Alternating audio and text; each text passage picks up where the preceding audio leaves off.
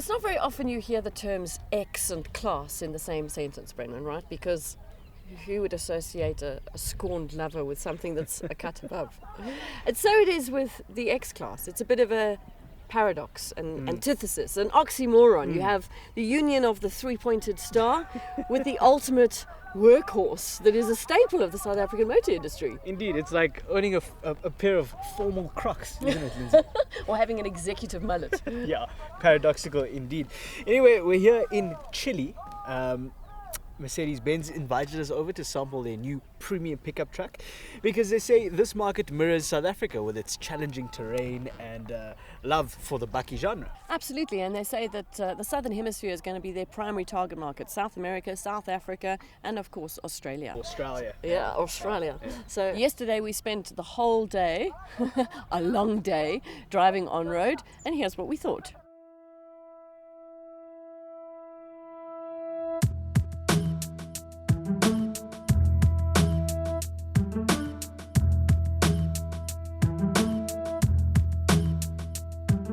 The Mercedes-Benz X-Class will arrive in South Africa in April 2018 and is one of the most anticipated launches this year.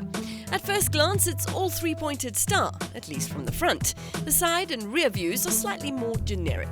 In Chile, we did not yet have confirmation of price or the model lineup we will get, but the car we drove was a top-spec X250D. I've got a good feeling about this. First of all, it's got a three-pointed star on the nose. Second of all, it's a bakkie. Okay. Let's address the elephant in the room. Yes. Navara.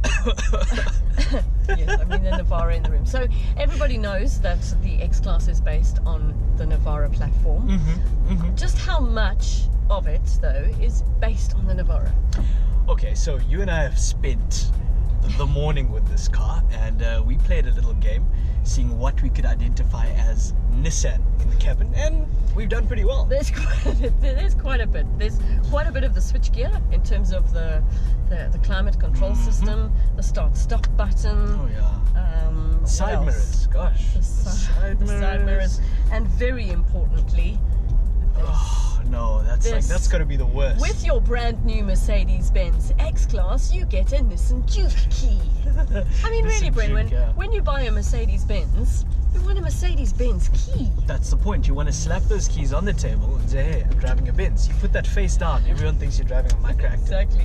Look, I do understand they explained to us the reason for that was that changing the key, having a Mercedes key, would mean changing the whole ignition system, which would become too expensive, which kind of flies in the face of what they're saying about the fact that the X-Class shares only very, very, very few components. Yeah, I think the costing is a very feeble excuse for the brand that claims to have the best or nothing. Let's look at the positives. What good can we say of the new Mercedes-Benz X-Class? There is a lot of good to say. Although it shares the platform, the ladder chassis has been stretched. The vehicle is longer, it is wider, and you know, it feels like a very different car to drive than the Navara. It is definitely much more refined on the road. We can confirm that they have put the effort in to the bits that really matter. Right. Thank you. Under the skin. Absolutely. The oily bits. Absolutely. I mean, yes, it shares the same engine, the 2.3, with is 140 kilowatts. 140 kilowatts, 450 newton meters of torque. Yeah, and it goes. It really, really does go nicely. Also shares the gearbox, which is smooth enough. No issue with that. Works, yeah. The biggest difference between this and the Navara is the refinement level, which you really feel when you're behind that wheel. It feels more compliant on the road. It feels a little bit less bakkie-like, and probably one of the most car-ish bakkies I've ever driven. You feel like you are sitting lower to the ground. The car doesn't feel as bulky around you, which I think for a woman is a good point for a woman who wants to buy a double cab. But even though it is based on the Navara, I mean, this engine, this 2.3 twin turbocharged motor, it's quieter. You know, it pulls strong. It's quieter. Overall, it's more refined. Yeah. The ride seems plusher.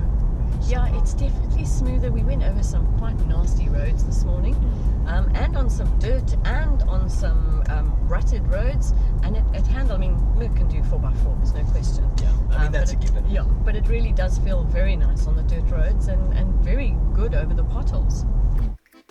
Mercedes-Benz has a long heritage of off-roading ability, and in fact the very first pickup, or La Pickup, was built in Argentina in the 1970s. To prove its lineage, the X-Class was put through its 4x4 paces on our second day of driving. Available in rear or all-wheel drive, it had no problem tackling water with its 600mm wading depth, or some hefty ups and downs with approach and departure angles of 30 and 25 degrees respectively. I was particularly impressed with the downhill descent control, which was one of the quietest I've ever experienced. The vehicles we drove off-road on launch featured the raised suspension that we'll receive as standard in South Africa at an impressive 222mm clearance. This is an extra 20mm over the car we drove on-road, and it'll be interesting to see how this extra height affects on-road handling when the car arrives here next year. Also, something to look forward to is the arrival of the V6 version, which features an engine and gearbox that is all Mercedes. We had the opportunity to passenger through some mountain passes in this car at rapid pace, and I was impressed that this X-Class can handle the way no bakkie should ever be expected to handle.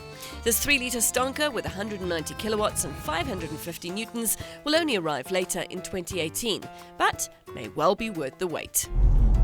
So another one of this bakkie's unique selling points is its tech offerings and capabilities. Yes, indeed. So they've got something in this vehicle called Mercedes Me, which is in Mercedes currently, but this apparently is going to be the first pickup or bakkie that has such a connected feel to it. So basically now you've got access to Mercedes-Benz's concierge services, a call center that helps you with queries, navigation information, booking your car in for a service, all of those things. Nice.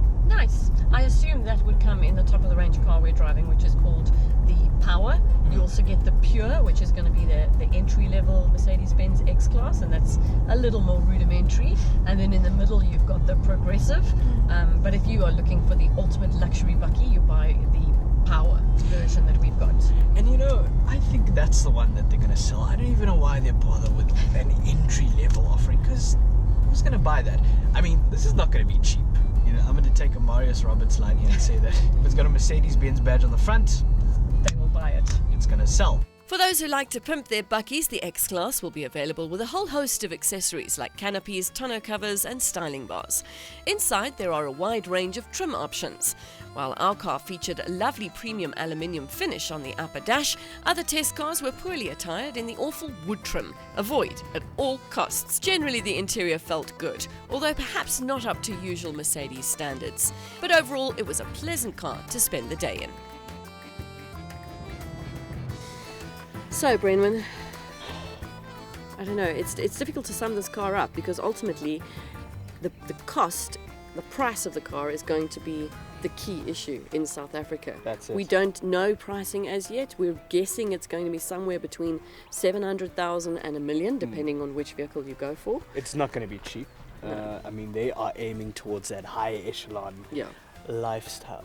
If you're a kind of market. Mercedes owner, a current Mercedes owner, you are going to be disappointed. Yeah. If you've never driven a Mercedes before, the Nissan bits probably won't bother you. You won't care, yeah.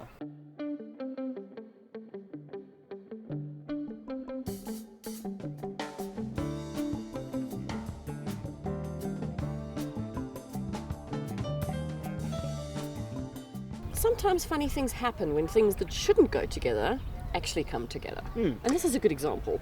Perfect example. I mean, on paper, this looks like the perfect marriage. The Japanese are known for their unwavering reliability, and the Germans are known for their precision engineering and attention to detail. Absolutely. Some might call it badge engineering, but some might call it a happy marriage. So, engagement ring for this thing?